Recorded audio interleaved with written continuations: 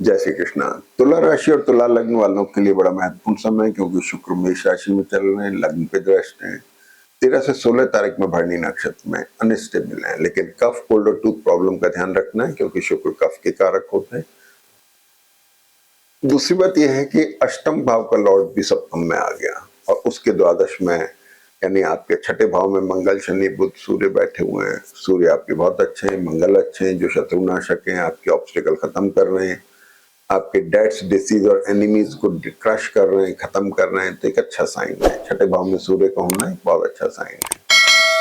अब सबसे बड़ी बात क्या हो गई कि चंद्रमा भरणी नक्षत्र में है, तो 16 तक ध्यान रखना है। 16 के बाद शुक्र जो है कृतिका नक्षत्र में जो शुक्र आएंगे वो आपके लिए बेटर होंगे और वो आपको स्टेबिलिटी देंगे, मजबूती देंगे। आप जो निर्णय लेना चाह रहे हैं उनमें थोड़ी देंगे, लेकिन कफ की टेंडेंसी बराबर उसकी बनी रहती है। मंगल भी दृष्ट है लग्न के ऊपर, राशि के ऊपर, तो मंगल और शुक्र मिलके कफ कोल्ड का कारक होता है।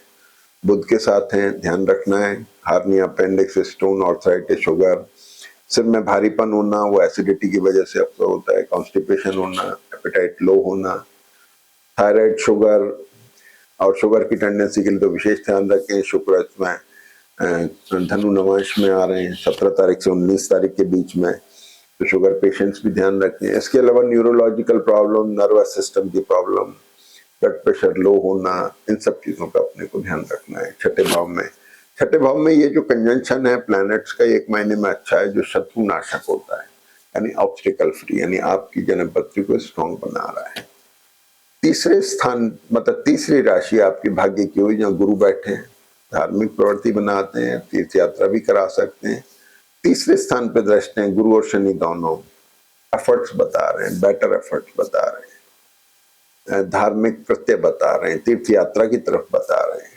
अब एक सबसे इंपॉर्टेंट चीज वो क्या है, द्वादश की राशि और वो आपकी कन्या हो गई, जिसका लॉर्ड बुध है, जो अपने ही स्थान पर दृष्ट है। एक एक बात ध्यान से सुनने की है।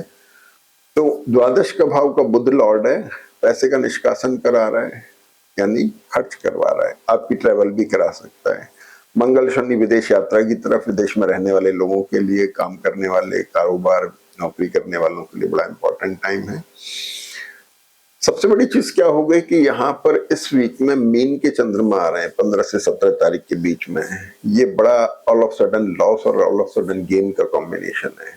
अगर आप शेयर मार्केट, गोल्ड, सिल्वर या ऐसे उतार चढ़ाव के काम करते हैं तो विशेष ध्यान रखें, एकदम से का एक पैसा निकल सकता है, केयरफुल रहने की जरूरत है।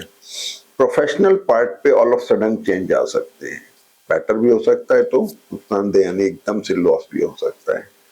पेरेंट्स की हेल्थ का विशेष ध्यान रखने की जरूरत है। प्रोफेशनल पार्ट आपका थोड़ा स्ट्रेसफुल हो सकता है, इसमें कोई डाउट नहीं है, क्योंकि चंद्रमा वहां के लॉर्ड हो गए और चंद्रमा आपके कुंभ राशि में रहेंगे। सबसे पहले शुरुआत हुई कुंभ राशि से, चंद्रमा कुंभ में है।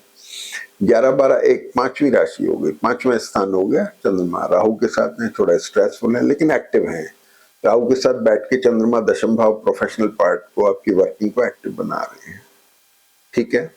कुंभ राशि में चंद्रमा वर्गोत्तम में भी है, तो ये मान के चलें कि 14 तारीख को चंद्रमा वर्गोत्तम में सुबह 10:10 तक। तो ये टाइम आप काम में ले सकते हैं, नई शुरुआत में, नए बिजनेस मीटिंग्स में, टाई अप्स में, नई में काम में ले सकते हैं।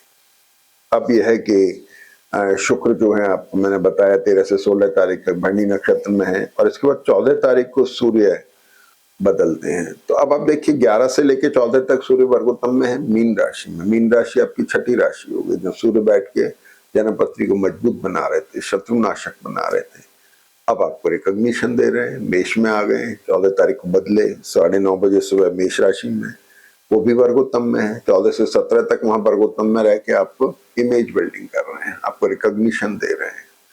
मैरिटल और बिजनेस रिलेशनशिप के लिए भी बहुत बढ़िया है, लेकिन वहां सूर्य बैठ के थोड़ा इरिटेशन डेवलप करते हैं। तो अपने बिजनेस रिलेशनशिप हो जाए, नौकरी हो जाए, प्रोफेशन का काम हो जाए, या अपने स्पाउस के साथ मैरिटल रिलेशनशिप में थोड़ा बहुत इरिटेशन आ सकता है। रीजन भी केतु की दृष्टि है, इसलिए ध्यान रखने की जरूरत है।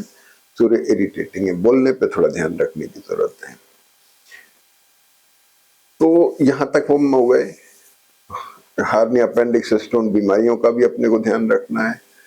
अब सबसे बड़ी चीज क्या हो गई कि सूर्य बदल गए हैं, चंद्रमा भी आपके वर्गोत्तम से अब मीन राशि में आ गए 15 तारीख को सुबह 9:30 बजे। ये सेंसिटिव पार्ट है। मीन राशि का चंद्रमा मैंने बताया सडन गेन सडन लॉस का कॉम्बिनेशन है, शनि के साथ है, मंगल के साथ है, एक्यूट एसिडिटी का कारक है, शनि के साथ में न्यूरल और नर्वस सिस्टम की प्रॉब्लम दे सकते हैं, पैर में खिंचाव आना, कंधे में दर्द होना, साइटिका टाइप पेन हो जाना, इस तरह की चीजें हो गई। रीडिफाइनमेंट दिखा रहा है, प्रोफेशनल पार्ट पे रीडिफाइनमेंट आ रहा है, तो मीन के चंद्रमा में प्रोफेशनल रीडिफाइनमेंट आ रहा है। इसके बाद में देखते हैं हम कि चंद्रमा मीन राशि में वर्गोत्तम में है 17 तारीख को सुबह 6:30 से लेकर दिन में 12 बजे तक, 17 तारीख, और 17 को ही दिन में 12:30 बजे से लेकर के मेष राशि में चंद्रमा आ जाते हैं जो शाम को 5:30 बजे तक है। तो 17 तारीख भी अच्छी है जिसमें आप नए बिजनेस मीटिंग्स करना, टाई अप्स करना, नई शुरुआतें करना, उसके लिए अच्छा समय है। लेकिन भाई 18 तारीख का ध्यान रखना है, चंद्रमा भरणी नक्षत्र में है, अनस्टेबल है, विम्सिकल है, गलत निर्णय ना हो जाए इसलिए महत्वपूर्ण निर्णय लेने में थोड़ा टालने की कोशिश करें। और इसके बाद में फिर 19 तारीख को चंद्रमा वृषभ में आ जाते हैं, आपके 8वीं राशि है, शुक्र भी बदल करके फिर अष्टम में जा रहे हैं। भाई डिसएग्रीमेंट्स में ध्यान रखने की जरूरत है, बिजनेस के अंदर, नौकरी के अंदर बदलाव के संकेत दे रहे हैं, चेंजेस आ सकते हैं, थोड़ा सा उसका ध्यान रखने की जरूरत है, हल्का सा अपने स्ट्रेस का या कुछ इस तरह की चीजों का ध्यान रखने की जरूरत है। तो ये बात हो गई। तो चंद्रमा अष्टम में आ जाते हैं और चंद्रमा शुक्र के साथ अष्टम में आकर के और आपकी ट्रैवल के कारक भी बनते हैं। तो ऐसे करके बहुत अच्छा समय है, इसको फायदे में उठाइए, पॉजिटिव रहते हुए इसका इस्तेमाल करिए और एहतियात बरतना हमारा लाइफ स्टाइल होना चाहिए। जय श्री कृष्ण।